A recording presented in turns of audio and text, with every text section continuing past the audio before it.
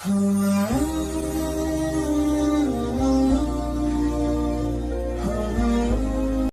عبده ورسوله اللهم صل وسلم وبارك على نبينا محمد وعلى آله وأصحابه وآل بيته وذريته أجمعين بعد.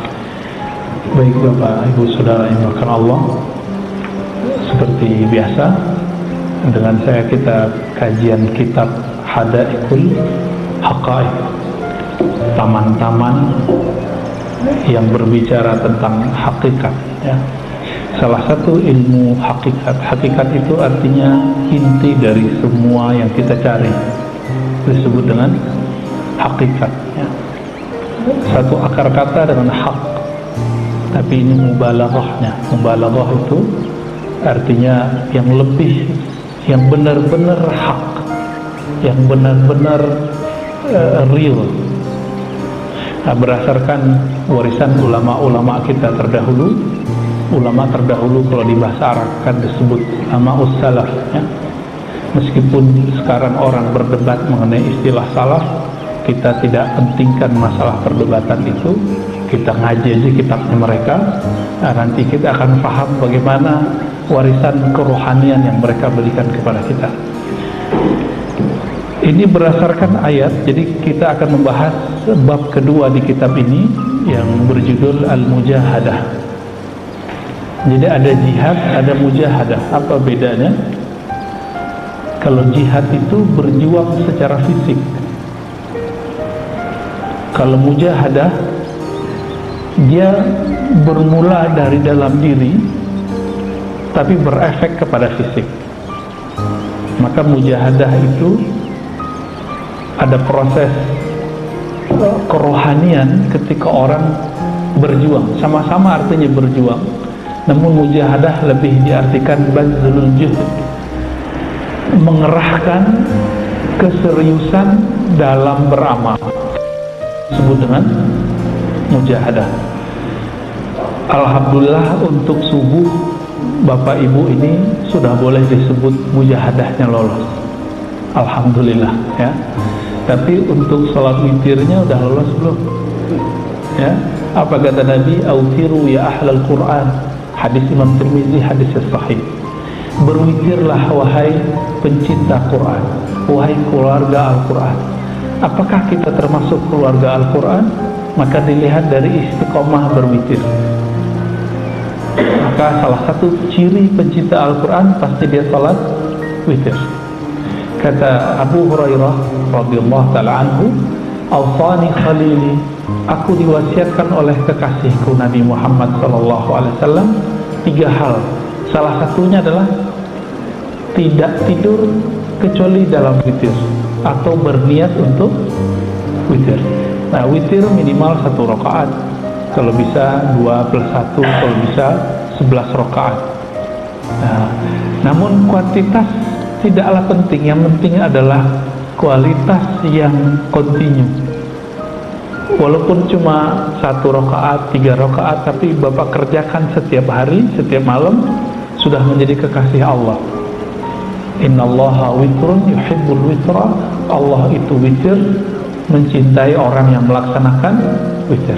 Nah, semoga kita bisa bermujahadah. Dinaikkan Pak nanti, dinaikkan dari mujahadah subuh, pejuang subuh kata mereka. Jadi pejuang subuh itu kalau diartikan bahasa Arabnya mujahid, ya. Mujahadah itu perbuatannya, orangnya disebut dengan mujahid, ya. Berdasarkan banyak ayat di Quran, yang paling penting di situ adalah surat Al-Ankabut ayat 69. Walladzina jahadu fina lanahdiyannahum subulana. Dan orang-orang yang jahadu, yang mengerahkan keseriusannya fina, di dalam kami, gitu harfiahnya, ya. Kita artikan harfiah dulu secara letter line. Lanahdiyannahum subulana, kami akan beri mereka petunjuk jalan-jalan kami. Nah, di sini coba dilihat, ternyata dalam bermujahadah orang akan menemukan banyak jalan. Jadi bedakan jalan tauhid satu. Jalan tauhid satu, yaitu asyhadu an la ilaha illallah. Tapi untuk merasakan kehadiran yang punya nama Allah itu disebutkan di sini, lanahdiyannahum subulana. Kami akan hidayahkan mereka, akan ilhamkan kepada mereka banyak cara. Istilah pejuang subuh itu menurut saya adalah bagian dari lanahdiyannahum subulana. Dalam Al-Quran kalimatnya pakai la. La di sini bukan lam alif, tapi la yang berarti sungguh. Lalu ada kalimat di belakangnya pakai nun, nun taukid. Taukid artinya sungguh juga, berarti dua kali sungguhnya. Sungguh kami akan benar-benar menunjukinya. Jadi sudah dua kali jaminan. Tapi depannya apa? Jahadu, dia harus bermujahadah dulu. Oleh karena itu, untuk mencapai merasakan hadirnya Allah di dalam kehidupan kita, wajib bermujahadah. Jadi nggak boleh kita mikir tar aja deh tua, nggak bisa Pak. Orang yang mudah beramal itu yang tua atau muda, yang sehat atau sakit, yang sering sakit tua atau muda biasanya? Tua. Maka mumpung masih muda Bapak Ibu, mumpung masih sanggup datang ke masjid, coba mujahadahnya ditambah, keseriusannya ditambah. Di dalam hadis Imam Bukhari, ketika para sahabat berbagai macam mendefinisikan jihad, ya, apa kata Nabi? Al-mujahidu man jahada hawa. Hadis ini sahih. Mujahid hakiki itu yang berusaha bersungguh-sungguh melawan hawa. Apa arti hawa? Kecenderungan negatif yang ada dalam nafs. Nafs artinya jiwa. Jadi kita ini kalau nggak ada syaitan, bakat kita sudah buruk. Bakat dari siapa itu? Dari nafs. Maka Bapak coba lihat, awal ketemu orang kita udah mulai suuzon, benar nggak? Ketemu pertama, wah ini kayaknya orang aneh nih gitu. Ada bisikan-bisikan nafsi ya namanya, bisikan-bisikan dari dalam diri yang tidak baik. Mampukah kita kemudian menyampingkan itu? Ini berarti dia berhasil melawan hawanya. Hawanya badan kalau sudah letih ngapain? Tidur. Kalau sudah malam ya tidur. Puncaknya ngantuk itu jam 2, jam 3, benar nggak? Itu kalau kita bangun, walaupun misalnya buang air kecil, mohon maaf, kita pengen tidur lagi, saking dinginnya. Maka hawanya badan ini pengen tidur. Waman jahada, di situ orang yang sanggup melawan keinginan tidurnya, lalu menyisihkan waktu sejenak 15 menit, 10 menit untuk bersama Allah Subhanahu wa ta'ala. Ini orang kalau bisa mengalahkan dirinya, baru bisa dia mengalahkan musuh yang fisik. Sekarang kan terbalik, orang baru ngaji tentang Islam langsung belajar jihad, padahal dia belum belajar mujahadah. Tahajudnya belum jalan, mau jihad ke laut Pak, ya. Orang belum istiqomah dalam berjamaah, belum istiqomah ngaji, terus diajak jihad, nanti mati konyol. Jihad melawan emosi. Ali bin Abi Thalib dalam riwayat yang sahih itu ketika bertarung itu beliau hampir nggak pernah kalah. Ketika beliau itu hendak mau menebas leher si musuh, beliau itu nunggu orangnya bersyahadat apa enggak. Ternyata orang itu meludahi Ali bin Abi Thalib. Awalnya beliau ingin menebas leher orang ini karena dia menghujat Allah. Tapi ketika orang ini meludahi Ali bin Abi Thalib, beliau merasa tersinggung, egonya kena. Tapi di situ beliau kemudian mampu melawan jihad hawanya. Kalau dia menebas orang ini karena tersinggung oleh ludahan, maka itu bukan jihad fisabilillah. Maka Ali bin Abi Thalib sudah lolos jihad fillah, baru dia benar jihad fisabilillah. Sekarang mohon maaf, orang-orang yang barusan ditangkap itu, yang mereka berniat ingin katanya jihad di negeri kita, Pak, ngebom, udah latihannya di daerah mana kemarin, Jawa Tengah ya, nyewa rumah lalu mereka latihan jihad. Nah ini kita juga bertanya sama mereka, ente mau jihad apa? Negeri kita walaupun seburuk-buruk negeri ini, pemimpinnya masih muslim, walaupun sebagian besar bapak mungkin nggak nyoblosnya, termasuk saya misalnya nggak nyoblos, tapi masih muslim toh, wakilnya masih kiai, Pak. Tapi yang paling mereka benci siapa? Dan itu memang dari sononya, Pak, dari ISIS, Daesh bahasa Arabnya. ISIS ini yang paling mereka benci itu syurtoh, bahasa Arabnya. Syurtoh artinya polisi, karena polisi itulah yang nakap-nakapin mereka. Akhirnya perjuangannya karena merasa dizolimi, karena emosi dizolimi, bukan karena ingin menegakkan agama Allah Subhanahu wa ta'ala. Nah, ini yang tidak benar. Islam masuk ke negeri ini sudah dicatat dan diakui oleh ulama Al-Azhar, ulama Yaman, ulama dari mana-mana. Masuknya bukan lewat jalur perang, tapi masuknya dengan jihad qalbiyah, jihad nafsiyah.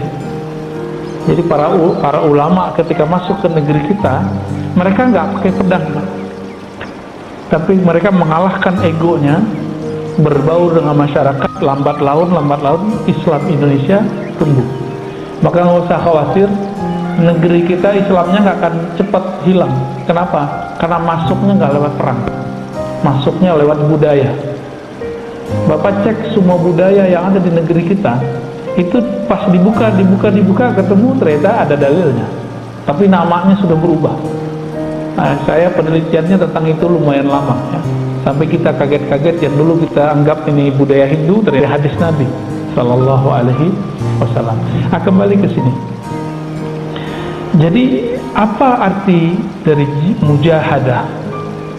Mujahadah itu kesungguhan seorang hamba melawan dorongan dirinya untuk melakukan keburukan. Itu level 1 sebenarnya. Ada lagi jihad yang versi kedua, boleh dilakukan tapi dia kemudian mengurangi. Nah, ini jihad level 2, disebut jihadnya orang-orang yang wara. Ya, apa kata Nabi? La yablughul 'abdu, tidaklah sampai seorang hamba ya kepada apa? Kepada ketakwaan, hatta yada'a, sehingga ia meninggalkan ma la ba'sa bih, hal-hal yang secara hukum halal. Kenapa? Khawatir terjebak kepada yang tidak halal. Maka yang makruh-makruh itu ditinggalkan, yang halal tapi menyebabkan kepada yang haram itu ditinggalkan. Nah, ini sudah naik level orangnya, jihadnya. Nah, disinilah muncul namanya jihad kalam. Kita ngomong, sembarang ngomong boleh, tapi kalau nggak penting nggak usah ngomong. Di rumah kita mau makan nambah boleh nggak, Pak? Boleh ya. Tapi kalau mau jihad yang level 2 ini, kita kemudian berpuasa di saat orang nggak puasa, kita nggak nambah di saat orang nambah. Kita boleh aja tidur kapanpun, tapi kita kurangi tidurnya. Nah, ini sudah masuk bagian dari jihad level 2. Nah, di dalam kitab ini dikatakan bahwa jihad itu atau mujahadah itu dapat dibagi 2. Ada mujahadah orang awam. Orang awam, orang umum kebanyakan kita, itu mujahadahnya, perjuangan melawan dirinya itu lebih fokus kepada taufiqul a'mal, menyempurnakan amal yang zahir. Nah, ini hati-hati, Pak. Dari dulu kita di sini nih, Maka pertanyaan orang awam kepada gurunya, ustadznya, selalu, "Ustadz, bolehkah ini, bolehkah itu? Ustadz, apa pahalanya melakukan ini? Ustadz, apa dalilnya melakukan ini?" Selalu begitu. Pahala, dosa, boleh, tidak boleh, sunnah, bid'ah, halal, haram. Ini pertanyaan orang awam. Tapi saya lihat sebagian bapak ibu ini sudah naik level rohaninya. Pertanyaannya bukan itu lagi. Bukan berarti pertanyaan yang tadi salah. Pertanyaan tadi benar untuk orang awam. Orang yang sudah berjuang melawan dirinya, kemudian dia ngaji, dia belajar, dia ingin menemukan kelezatan dalam ibadah, tapi nggak ketemu. Maka pertanyaannya bertambah. "Ustadz, bagaimana caranya khusyuk?" Nah, ini udah naik Pak levelnya. Sudah mulai begitu nggak Pak pertanyaannya? Sudah mulai ya? Beneran? Kalau sudah mulai, berarti Bapak mujahadahnya sudah mulai naik. Karena mujahadah yang kedua ini disebut mujahadatul khawas. Latihan kesungguhan orang-orang yang khawas. Apa arti khawas? Orang-orang yang spesial di sisi Allah Subhanahu wa taala. Nah, disebutkan di sini mereka berjuang itu bukan sekedar menyempurnakan amal zahir, tapi tasfiyatul ahwal. Ya, mereka mulai menyempurnakan ahwal rohani. Jadi mereka sudah mulai sadar bahwa orang itu soleh bukan dari zahir, tapi dari batinnya. Anak kita takut tidak sholat karena ada sapu lidi mau kita pukulin sama dia atau rotan.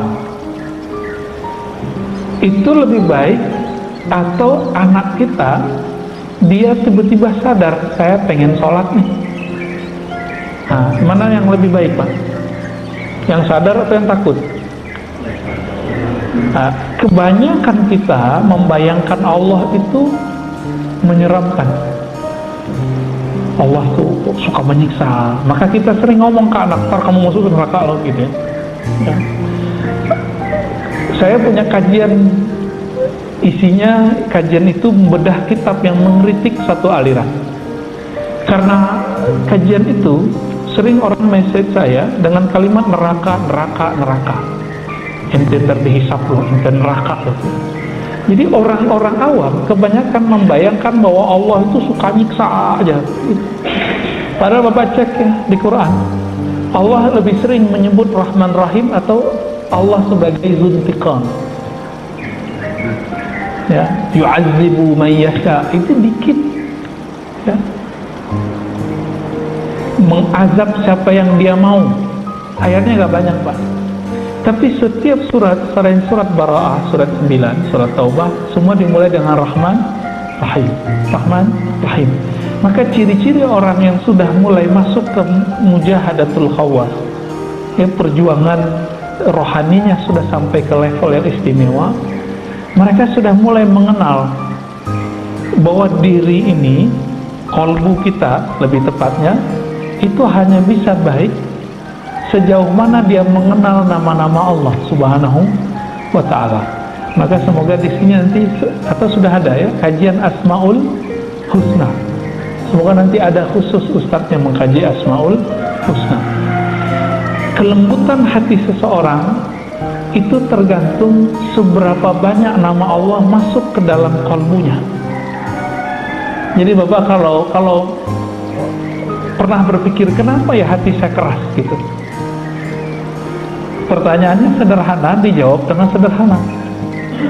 Karena kamu jarang memasukkan nama Allah ke dalam kalbumu. Kalbu itu makanannya cuma satu Pak, nggak bisa pakai yang lain. Makanan cuma nama Allah. Dalilnya surah Ar-Ra'd ayat 28. Nggak ada yang lain. Al-Anfal ayat 2. Ya, nggak ada yang lain. Hanya itu. Jadi makanannya kalbu itu hanya menyebut nama Allah. Nama Allah yang diajarkan Nabi banyak, tapi beliau memberikan ada kekhususan pada 99 nama. Orang yang membaca nama ini sebelum dia masuk surga yang hakiki, dia telah merasakan surga bau-baunya di dunia. Apa kata Nabi? Surga itu dapat dicium dari 500 am masirah, dari 500 tahun perjalanan. Maksudnya apa? Semenjak kita di dunia, kita sudah bisa mencium surga. Dalilnya apa lagi setelah dalil yang ini? Ini yang Nabi katakan, idza marartum bi riyadil jannah farta'u. Jika engkau melewati kebun-kebun surga, maka petiklah. Berarti udah ada kebun surga Pak di sini. Ini kabar gembira saja. Ketika Bapak Ibu Saudara yang melakukan Allah merasa tertarik dengan kajian, dengan zikir, berarti sudah mulai mencium bau surga. Betah kalau duduk. Aslinya kita duduk lama begini betah nggak Pak? Nggak betah. Tapi kalau Bapak ini ruhnya sudah mulai mencium bau surga, maka akan mulai menikmati kebun-kebunnya. Nah, ini baru Riyadul Jannah. Riyadul Jannah itu di dunia itu ada dua. Pertama ta'lim, yang kedua zikir. Zikir ini bisa ibadah-ibadah yang lain. Inilah yang dikatakan oleh Imam Syafi'i, Imam Thawri, dan imam-imam yang lain, Imam Salafus Saleh. Apa kata mereka? Kalau bukanlah karena ilmu, kalau bukanlah karena tahajud, kalau bukanlah karena majelis zikir, aku tidak memilih tinggal di dunia. Jadi mereka itu betah tinggal di bumi. Kenapa? Karena ada tahajud, ada subuh berjamaah, ada ta'lim. Nah, ini yang bikin mereka betah Pak. Ada zikir, baik zikir sendiri atau berjamaah. Ini yang bikin betah para ulama kita dari dulu. Nah, semoga kita mewarisi kerohanian mereka. Nah, ini sudah masuk nih mujahadatul khawas, mujahadah orang-orang yang istimewa. Nah, pencirian berikutnya dari orang yang mujahadahnya sudah istimewa ini, mulai ada pergantian karakter. Karakter yang buruk berubah menjadi karakter yang baik. Nah, nanti bisa ditandain Pak. Ketika kita berkeluarga, kita lebih banyak emosinya atau sabarnya. Ya. Ada interaksi dengan pasangan, dengan anak. Nanti dicek nih, subuhnya dan kajiannya sukseskah bagi ini? Bapak nanti kalau di rumah ada hal yang nggak sesuai dengan ego kita emosi atau kita berlapang dada lalu memperbaikinya dengan baik. Ini ciri-ciri Bapak ini gagal. Kalau ada masalah di rumah, itu cari kambing hitam. Masih kayak gitu nggak? Rajin sholat ke masjid. Ada berita di TV, oh ini karena siapa nih? Mulai nunjuk orang. Ini ciri-ciri orang belum masuk ke mujahadatul khawas. Mujahadatul khawas, ini ciri-cirinya. Kalau dia seorang da'i, dia seorang ulama, melihat umara salah, dia nggak kutuk, tapi dia doakan kebaikan. Bapak pernah sholat Jumat di Malaysia nggak? Di Brunei? Ada mungkin sebagian ya. Itu mereka kalau Jumatan doain pemimpin nggak? Doain keburukan atau kebaikan? Keburukan atau kebaikan? Kebaikan Pak. Walaupun di belakang mereka ngomongin rajanya Pak, saya tahu. Di belakang pada ngomongin. Tapi mereka setiap kali khutbah itu mengaminkan. Kenapa? Ternyata mereka difahamkan oleh guru-gurunya, ulama-ulamanya. Kata Nabi, ya, jika pemimpinmu baik, maka kalian baik. Jika pemimpinmu terlaknat, kalian terlaknat. Jadi hati-hati. Kita ini boleh nggak suka pemimpin, tapi haram mendoakan laknat bagi pemimpin. Inilah akidah Ahlus Sunnah. Akidah Ahlus Sunnah melarang berontak. Bapak coba buka semua kitab akidah Ahlus Sunnah, itu tidak satu pun mengajarkan berontak. Kata Imam Salafus Saleh, Imam Tahawi, ya, apa kata beliau? Dan kami wanara, ya, kami mengatakan, memantapkan bahwa tidak boleh bagi seorang mukmin, seorang muslim keluar dari pemerintahan yang sah meskipun dia tidak suka. Maka Bapak ini dari melihat berita-berita kemarin, ya, tolong hati-hati, jaga lisannya ketika berkomentar. Kita silakan kritik pemerintah, tapi jangan kemudian mengatakan terlaknatlah pemimpin gitu. ya, hancurlah. Nah, itu jangan. Nanti tinggal balik itu Pak. Mau dia siapa, mau dia kiai, mau dia siapa, benar berbalik sama dirinya. Nah, ini hati-hati ya. Dulu ada banyak sahabat ya yang hidup di zaman gubernur yang sangat tirani, namanya Hajjaj bin Yusuf. Tapi mereka tidak pernah mendoakan keburukan bagi pemimpin itu, tapi mendoakan supaya tetap umat dijaga. Nah, saya dulu pernah mendoakan keburukan bagi pemimpin, dan saya minta ampun kepada Allah setelah membaca kitab-kitab akidah Ahlussunnah. Ternyata setiap, ini ciri-ciri ajaran Khawarij. Pernah dengar istilah Khawarij? Khawarij ini Nabi sebut kilabun nar. Kilabun nar artinya anjing-anjing neraka, Pak. Hati-hati. Apa ciri-cirinya? Suka memberontak. Suka memberontak, itu aja udah. Maka apapun alirannya, apapun pergerakannya, kalau sudah mulai masuk ke wilayah ini, itu harus di stop. Nah, alhamdulillah Allah selamatkan diri saya dan teman-teman kita. Akhirnya kita belajar akidah Ahlussunnah lagi. Ya, dulu pernah ikut yang begitu-gitu Pak, ya, gerakan-gerakan yang aneh-aneh. Nah, saya nggak usah sebut nama gerakannya. Baik.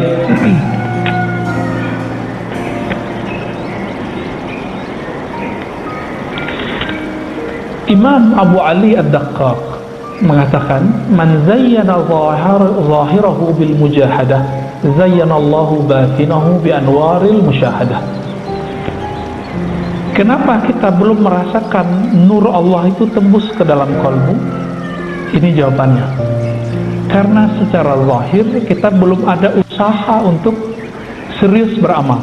Lalu beliau mengatakan, siapa yang menghiasi zahirnya, zahir dirinya dengan mujahadah, ya, rajin bangun tahajud, rajin ngaji, rajin silaturahim, berprasangka yang baik kepada Allah, kepada makhluk Allah, maka Allah akan beri cahaya dalam kalbunya dengan cahaya musyahadah.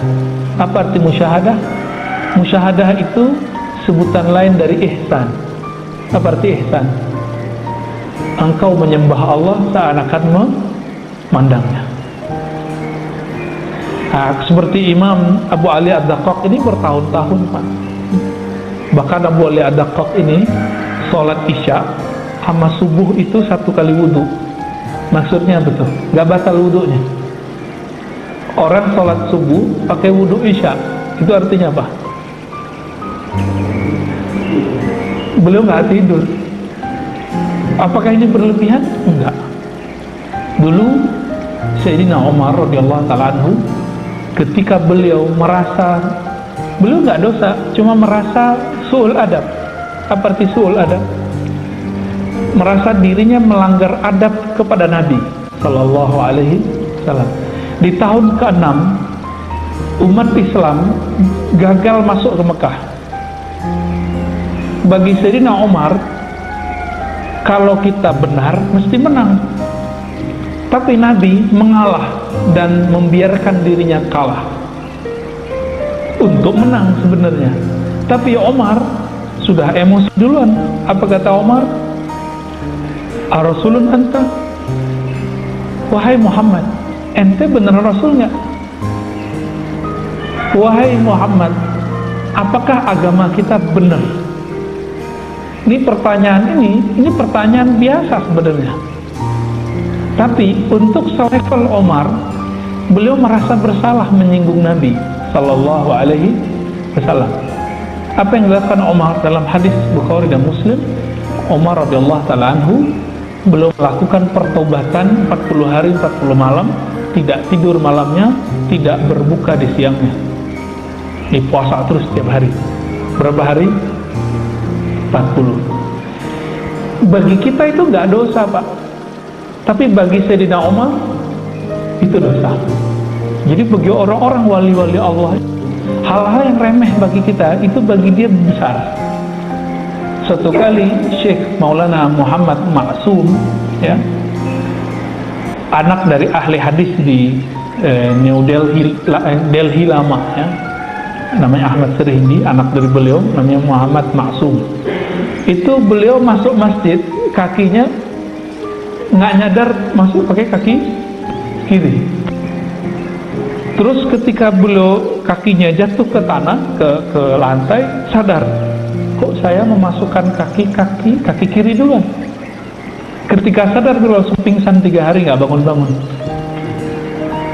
Kenapa? Merasa dirinya melanggar adab di hadapan Allah Subhanahu wa Ta'ala.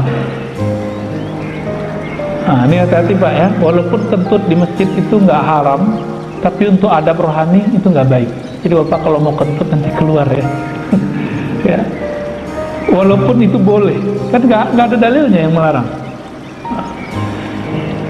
Anaknya Omar, Abdullah bin Omar, karena melihat ayahnya sangat tinggi adabnya, beliau ambil adab itu. Setiap musim umroh dan haji, beliau tidak berani punya penginapan di sekitar Masjidil Haram, tanah haram. Di mana beliau bikin kemah Pak? Di belakang Ji'ranah. Jadi sebelum nyampe di Mikot, walaupun cuma 1 jarak dari Mikot, beliau di situ. Ketika ditanya kenapa engkau lakukan itu, apa jawaban beliau? Aku malu di tanah haram, tanahnya Allah Subhanahu wa Ta'ala. Ini beliau tahu jika bermaksiat di sana itu dilihatnya besar di sisi Allah, sedangkan di tanah luar haram itu enggak. Jadi Bapak Ibu ini pernah nggak umroh, terus teman kita protes, atau jangan-jangan di antara Bapak ini yang protes sama travelnya, ya, kok hotelnya nggak sesuai dengan bayangan kita, ngamuk-ngamuk. Nah, saya sering melihat Pak, saya bukan ustadz yang sering bawa jamaah, saya jadi jamaah terus, tapi kita sering lihat ibu-ibu kayak bapak-bapak kayak dengan egonya kemudian mengatakan hotelnya begini doang, ngomong pada depannya Masjidil Haram, masih ada jarak sekitar 500 meter, itu pun bagi dia sudah jauh. Nah, ini orang-orang ini nggak bersyukur kepada Allah SWT. Seharusnya dia bayar dam rohani, dia bayar kafarah sendiri, banyak-banyak sedekah, ya, kurangi tidur, banyakin khataman Quran. Tapi ternyata besok tambah parah lagi, besok tambah parah lagi. Nah, ini kita lihat. Nah, Bapak Saudara maka Allah, bagi ulama-ulama yang sudah sampai derajatnya kekasih Allah, adab yang tidak pas itu dianggap bagi mereka dosa. Nah, ini ciri-ciri Bapak ini sudah mulai menapaki jalan-jalan kewalian. Apa ciri-cirinya? Menganggap hal yang ringan menurut orang awam itu berat bagi kita. Nah, seperti Sayyidina Umar, itu beliau kemudian memberikan semacam denda bagi dirinya atau sanksi bagi dirinya jika beliau salah, ya.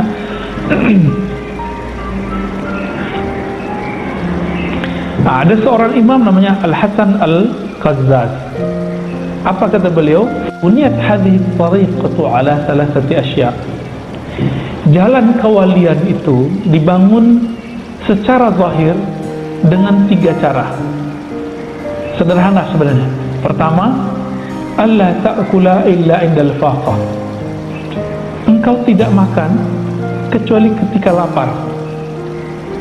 Kenapa? Dalilnya dalam hadis yang hasan, riwayat Imam Ibnu Majah. Apa kata beliau? Bahwa Nabi SAW bersabda, aktsarun nas jaw'an yaumal qiyamah aktsaruhum syab'an fid dunya. Orang yang paling lama laparnya nanti di akhirat itu orang yang paling banyak kenyangnya waktu di dunia. Maka Bapak Ibu yang suka makan enak, udah makan enak tapi sisain ya 3 hari selama setiap bulan puasa, mau nggak? Biar nggak disebut orang yang paling banyak lapar di akhirat. Naikin Senin, Kamis. Kita niat ya, insya Allah semoga bisa mengamalkan itu. Amin ya Rabbal Alamin, ya. Ada imam-imam tertentu mengikuti kualitas rohaninya Aisyah. Yang mana Nabi melarang perbuatan itu, amal itu kepada beberapa sahabat, tapi dibolehkan untuk istri-istrinya dan sahabat-sahabat tertentu. Apa itu? Puasa setiap hari. Itu amalannya Aisyah. Tapi Nabi larang untuk sahabat tertentu. Jadi Nabi itu ternyata memberikan amalan, itu ada kurikulum-kurikulumnya. A, dibolehkan ini, dilarang ini. Bapak masih ingat Abdullah bin Amr bin Al-As itu dilarang menghatamkan Quran kurang dari 3 hari. Tapi Utsman dari pagi sampai sore bisa 4 kali khatam, Pak. Berarti beda sahabat, beda tugas. Kita kebayang nggak, Pak? Dari pagi sampai sore 4 kali khatam. Udah kebayang belum? Saya belum kebayang. Tapi kalau 2 kali khatam saya udah pernah lihat ada orang melakukannya. Ada. Kalau 1 kali khatam udah terlalu banyak di Jawa. Pesantren-pesantren di Kudus, di Krapia, ya, Penandaran, pada mana namanya, yang daerah Jogja, ya. Itu anak-anak kecil biasa, Wonosobo. Kita kan kaget ngelihat di TV ada anak kecil hafiz. Kalau di sana tuh biasa, Pak. Anak-anak SD itu udah hafiz Quran 30 juz, bukan juz amma. Anak kita cuma hafal juz amma, kita kayaknya seneng udah bukan main. Bapak kalau mau anaknya hafiz Quran, taruh ke sana. Ya, di sini banyak rumah-rumah tahfiz, tapi ya begitu-gitu aja, nggak ada yang serius. Ya. Paling-paling SD itu cuma juz amma aja, atau paling cuma 5 juz. Di sana itu kondisinya memang membuat anak-anak itu jadi ahlul Quran.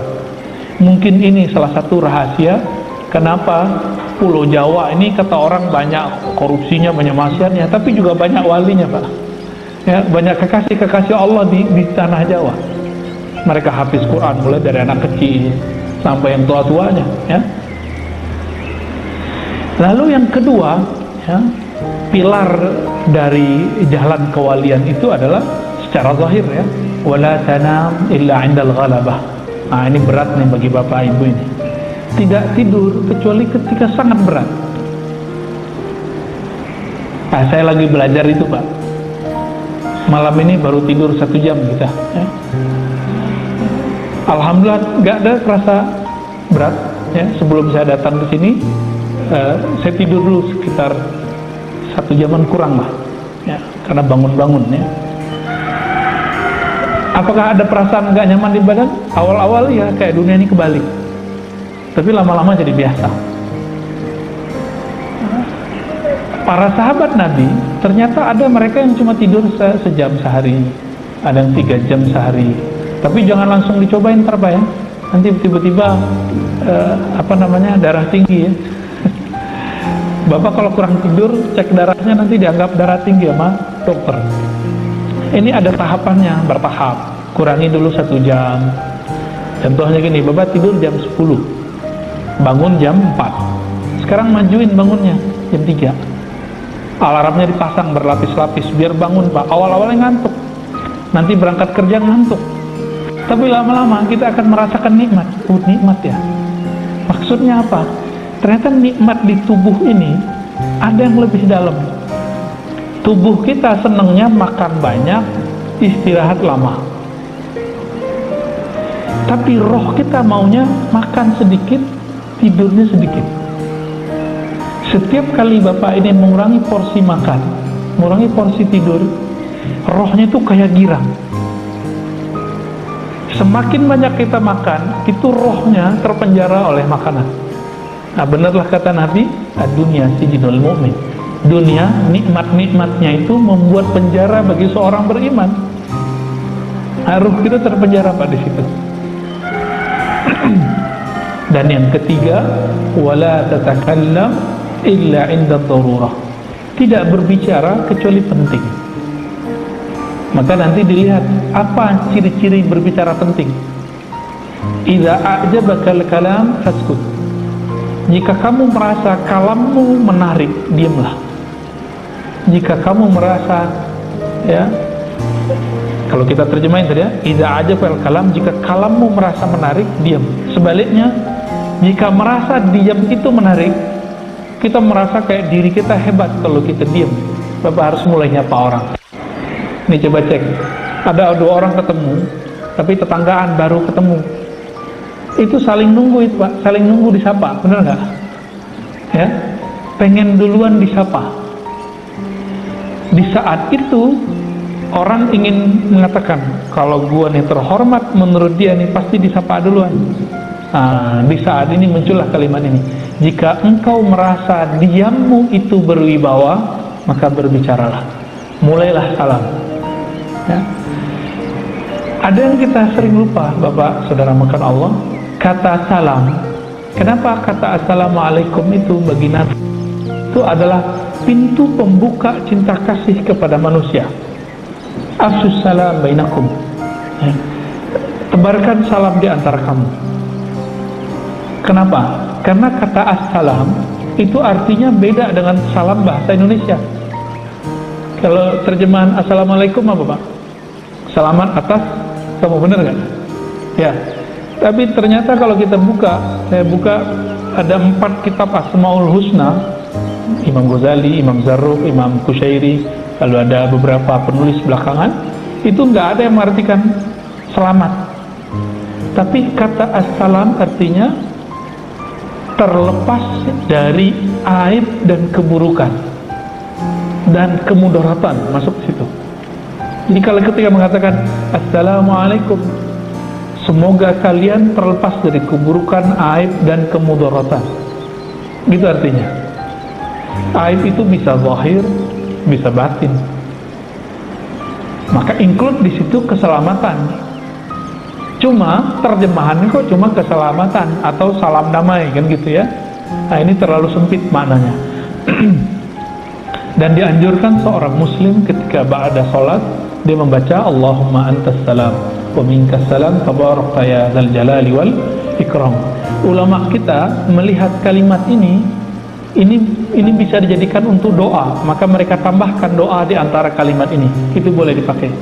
Gimana bacanya? Allahumma antas salam wa minkas salam wa ilaika, gitu ya. Ya'udus salam fahayyina. Hidupkan kami dalam keselamatan, masukkan kami ke negeri surga yang penuh assalam, kedamaian.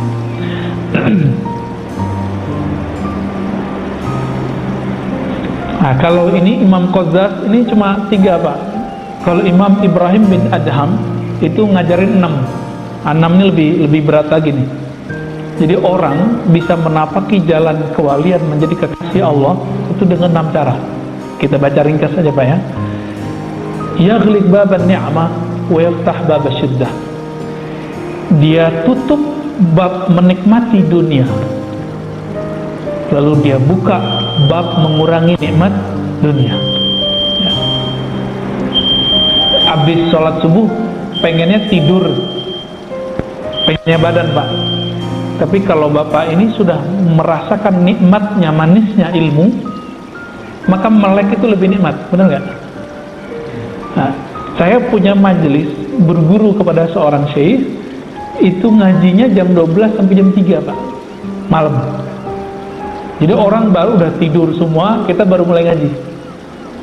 Awalnya beratnya bukan main, tapi lama-lama karena yang dikaji itu tentang Sang Maha Kekasih, yaitu Allah Subhanahu wa Ta'ala, lalu Nabiuna Muhammad Sallallahu Alaihi Wasallam, itu hilang ngantuk.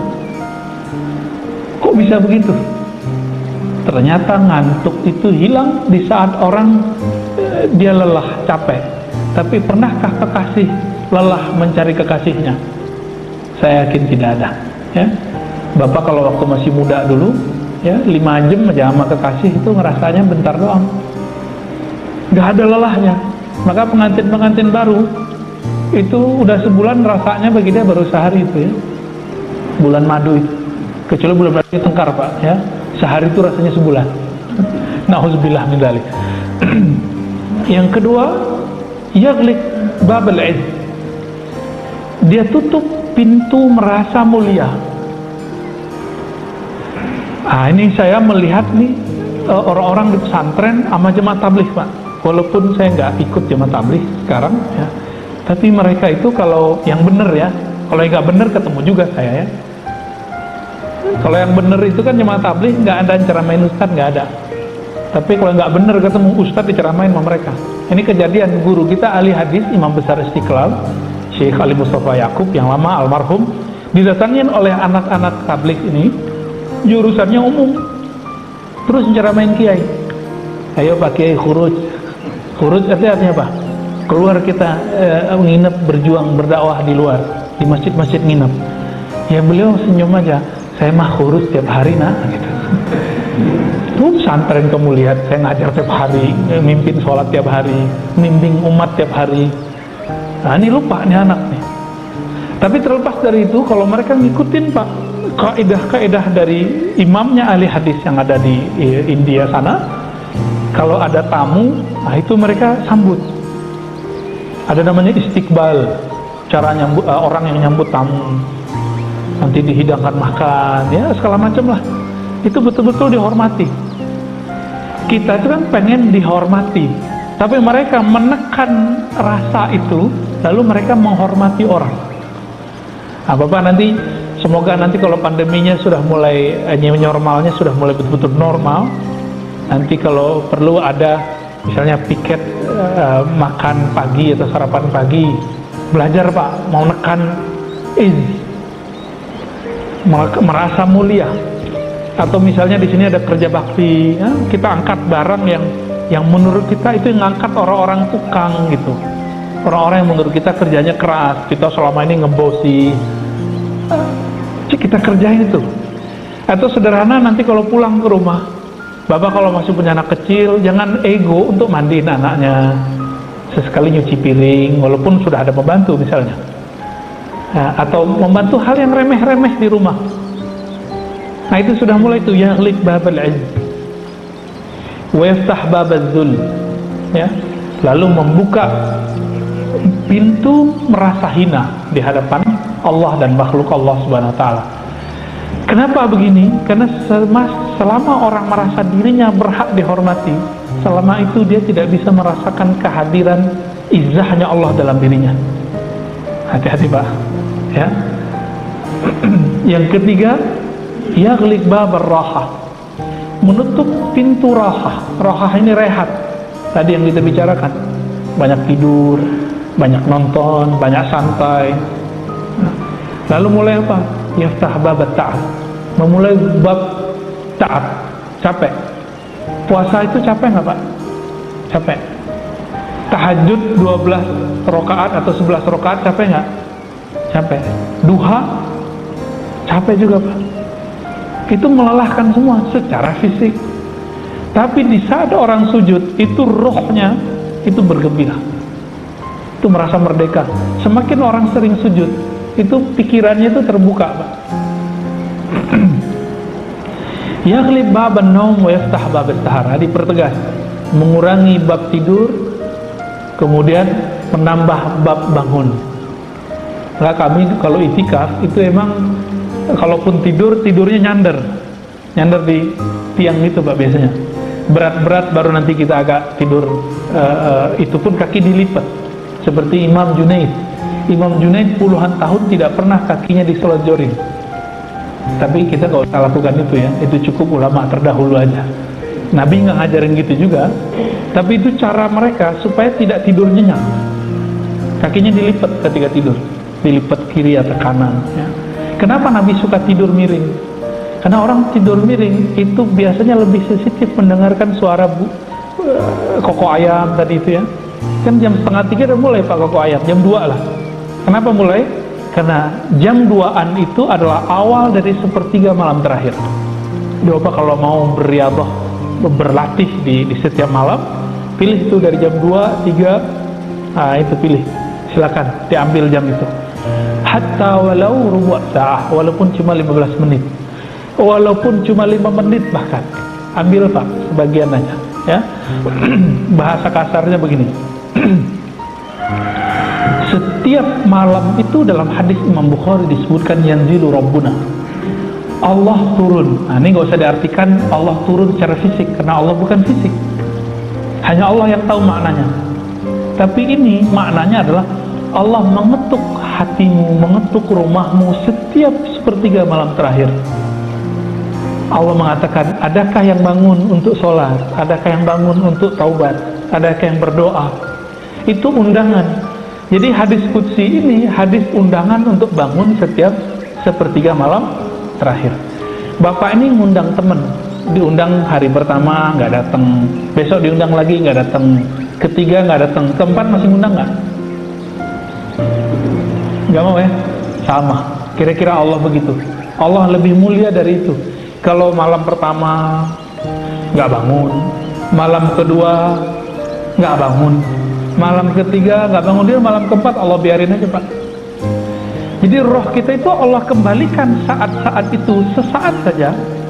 Kemudian kita mau nggak menutup pintu tidur ini, walaupun cuma 15 menit. Ini saya mau tanya Pak, coba lihat kalau ada orang yang divonis oleh dokter sakit jantung, terus dokter bilang, kamu latihan ya, lari cepat setiap hari setengah jam. Dia jalanin nggak Pak? Dijalanin, kenapa? Pengen sehat jantung. Yang ngomong dokter fisik. Ini sekarang ngomong dokter kolbu Pak. Bapak mau sehat nggak kolbunya? Coba setengah jam atau 15 menit setiap malam itu menyebut nama Allah. Ya Rahman Ya Rahim aja cukup. Ya Rahman Ya Rahim, Ya Rahman Ya Rahim. Kalau Bapak ragu udah baca Bismillahirrahmanirrahim aja sebanyak-banyaknya. Ragu udah baca La ilaha illallah afdalu zikri, La ilaha illallah. Zikir paling afdal, paling tinggi itu La ilaha illallah. Udah itu ambil ini zikir, dipakai. Walaupun ketiduran, amalin aja. Jadi ternyata tertidur dalam zikir itu anugerah, tapi tertidur tidak mau zikir, ini musibah. Kenapa? Ketiduran lagi zikir. Nanti kalau mimpi, itu mimpinya enak-enak biasanya. Mimpi ketemu Nabi, mimpi ketemu orang soleh, rohnya tuh melayang kemana-mana tuh. An-naum fi dzikr, ni'matun. Tidur dalam berzikir nikmat, ya. Tapi jangan tertidur lagi sujud, Pak. Sujud nggak balik-balik. Nah, ini kejadian santri kita di pesantren ya. Yaftah bab, yaghliq babal ghina wa yaftah babal faqr. Menutup pintu merasa cukup dari bantuan Allah, lalu membuka pintu merasa fakir di hadapan Allah Subhanahu wa ta'ala. Ini ciri-ciri orangnya nanti suka doa. Maka banyak-banyak doa. Dan yang keenam, ya, kata beliau, yaghliq babal amali wa yaftah babal isti'adat. Menutup pintu angan-angan, mempersiapkan diri untuk pintu kematian. Jadi, apa yang membuat kita takut mati, Pak? Karena kita banyak berangan-angan tentang hidup panjang, tentang anak-anak, nanti anak saya gimana, nanti pasangan saya gimana, nanti pensiun saya gimana. Nah, ini yang bikin orang stres nih. Namanya al-amal pakai hamzah.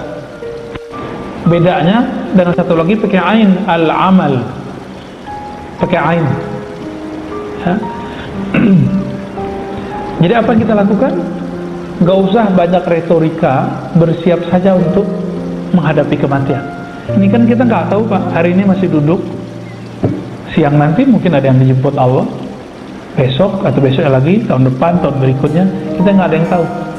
Kalaupun Allah ambil, semoga husnul khatimah, ya, ditutup dengan tutup yang baik. Semoga ini bekal kita. Al-Habib Zain bin Smith itu nulis kitab akidah judulnya Bahjatul Talibin.